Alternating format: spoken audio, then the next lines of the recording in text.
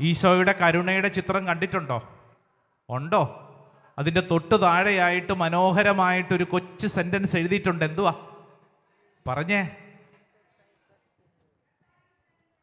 കൃത്യമായിട്ട് പറഞ്ഞേ, എന്താ എഴുതി വച്ചിരിക്കുന്നത്?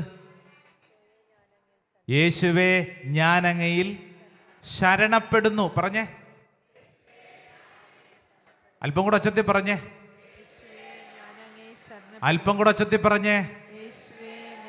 യേശുവേ ഞാൻ അങ്ങയിൽ ശരണപ്പെടുന്നു, ശരണപ്പെടുന്നു, ശരണപ്പെടുന്നു. Hallelujah, hallelujah. വേറെ എങ്ങും ആശ്രയമില്ല.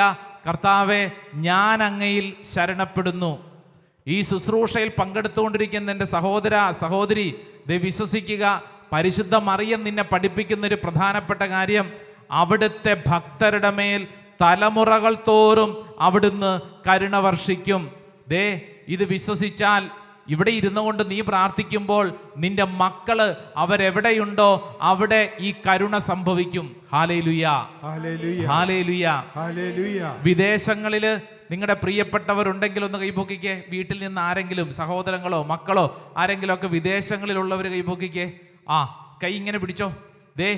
ഇവിടെ നിന്ന് നീ ഈ പ്രാർത്ഥനയും ശുശ്രൂഷയും പങ്കെടുക്കുമ്പോൾ തലമുറകൾ തോറും എന്ന് പറഞ്ഞാൽ വചനത്തിന്റെ അർത്ഥം എന്താ?